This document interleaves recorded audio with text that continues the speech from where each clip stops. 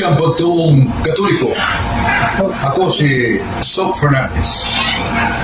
Atong paminaw, pinagtanong pangutana ni Dong Jesse. Ang Saturday o Sabado, igpapahulay. Wala ilis din ni Kristo. Mateo 5:18. Kini, magpadayon dito sa bagong langit. Ang akong pangutana mao kini. Nganong giilisdan sa Katoliko og Domingo? Salamat kayo Dong Jesse sa imong mahikay nga pangutana.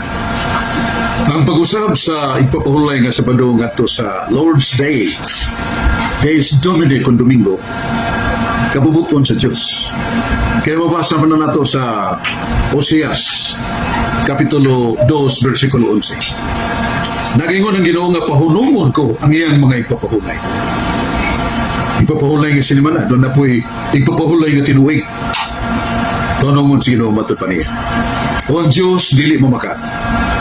Basa na to sa Biblia, sa Deuteronomio 32:4 nga Diyos higpit ang iyang mga paagi. Dili siya mamakat. Basta kay pahunumon ka na adlaw ang ipapahulay. Ngano?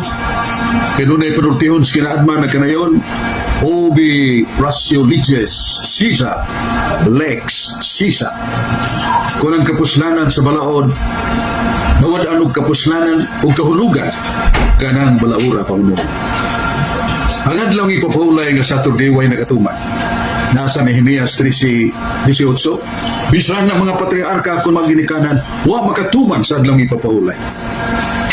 Nasa Ezekiel 20, versikulo 20-21, bisan ang inyong mga anak, wa makatuman sa ipapahulay. Ngano? Tungod kay, mabasa na to sa Oseas 8:12. Ang maong balaod gipunan og linibog ka mga balaod.